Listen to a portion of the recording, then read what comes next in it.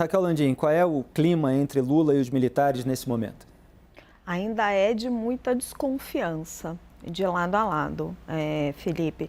O presidente Lula está deixando isso muito claro em diversas declarações, também nessa medida de dispensa desses oficiais, que são oficiais de mais baixa patente. É claro que isso provoca aborrecimentos, mas também, do outro lado, ainda tem um clima de desconfiança. O ministro José Múcio está tentando aparar essas arestas e não é de hoje, né? Na sexta-feira ele vai promover esse almoço entre o Lula e os comandantes das três forças, vai estar ali em discussão projetos que são importantes para os militares, alguns projetos até de investimentos muito pesados, com muitos recursos que são caros, são importantes para as Forças Armadas. É essa tentativa de distensionamento. Agora, não é fácil.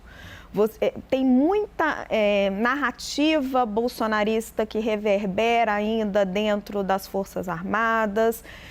A palavra que eu mais escuto é essa, é de desconfiança de ambos os lados. Agora, é preciso achar um meio do caminho nessa questão, porque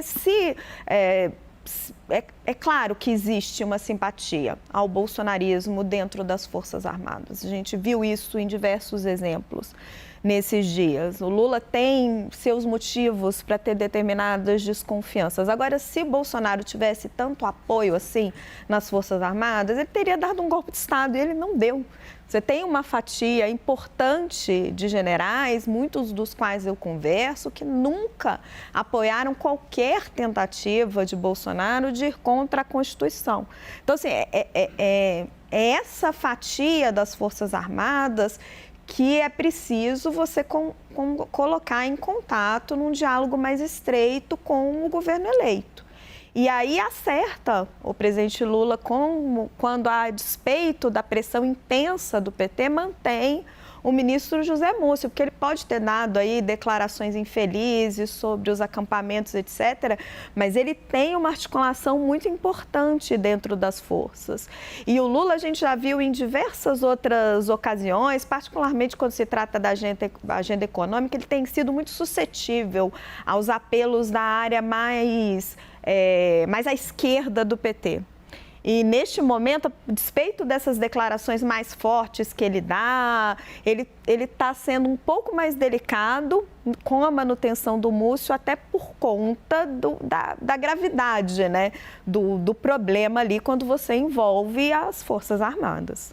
Obrigado, Raquel. Lucas, eu vou repetir o que eu tenho dito a esse respeito. Muitas vezes se fala de uma maneira negativa da tensão entre os poderes, e aí se referindo ao judiciário, legislativo e executivo.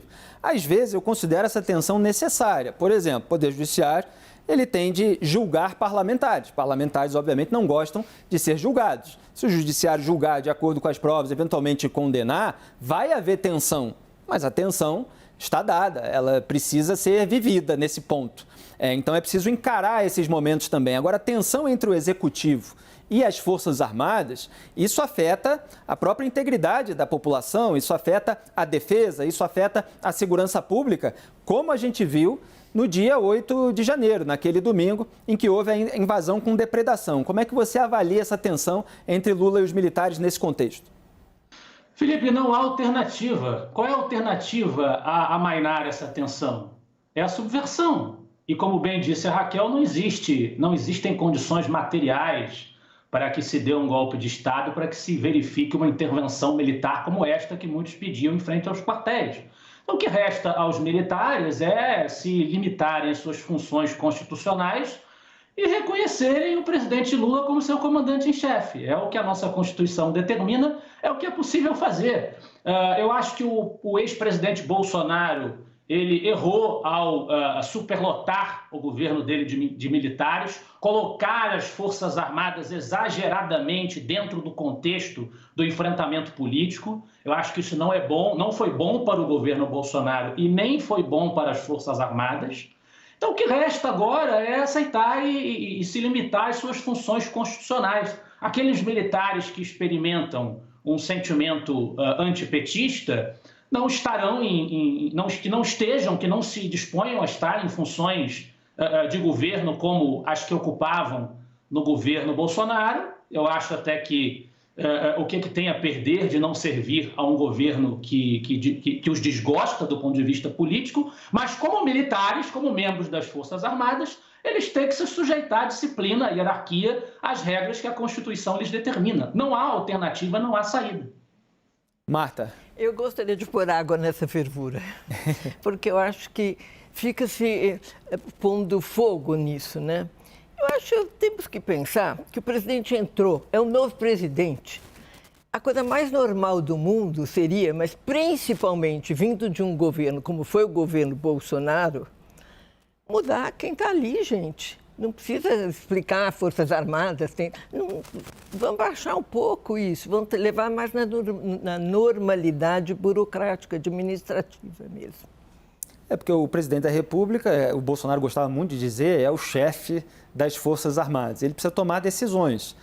O que acontece, Clever, é que às vezes a gente fica com a impressão de que está havendo hesitações em relação a determinadas decisões por causa da desconfiança em relação aos militares. E aí a responsabilidade é de quem? Olha, vocês usaram uma palavra que eu achei muito interessante, vou repetir aqui, distensionamento. O que me parece, nós estamos vivendo um processo de eternização eleitoral. O que é esse processo de eternização eleitoral? Parece que a eleição nunca acaba. A eleição nunca acaba. E essa eternização, isso é prejudicial para o país. Perder e ganhar faz parte do jogo. Não existe empate na eleição, né? Então, o campeonato se encerrou e quem vencer o campeonato vai exercer o seu poder por aquele prazo que rege a Constituição. Agora, numa perspectiva maior, o que eu acho importante destacar aqui ao telespectador é o seguinte: existe um conjunto de instituições que está dando uma resposta. E eu quero caracterizar aqui o Poder Judiciário, o Ministério Público, aliados à Constituição. Então, esse processo de eternização eleitoral que nós vimos na sociedade, que nós estamos vivenciando na sociedade, ele tem que ser apaziguado, distensionado, Raquel, através da ação do Poder Judiciário, do Ministério Público, perseguindo e responsabilizando quem violou a Constituição e a Constituição, sobremaneira, administrar essa crise.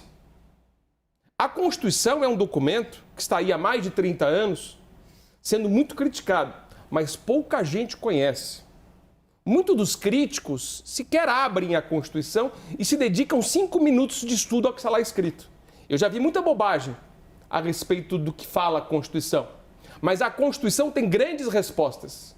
E a grande resposta da Constituição, qual é?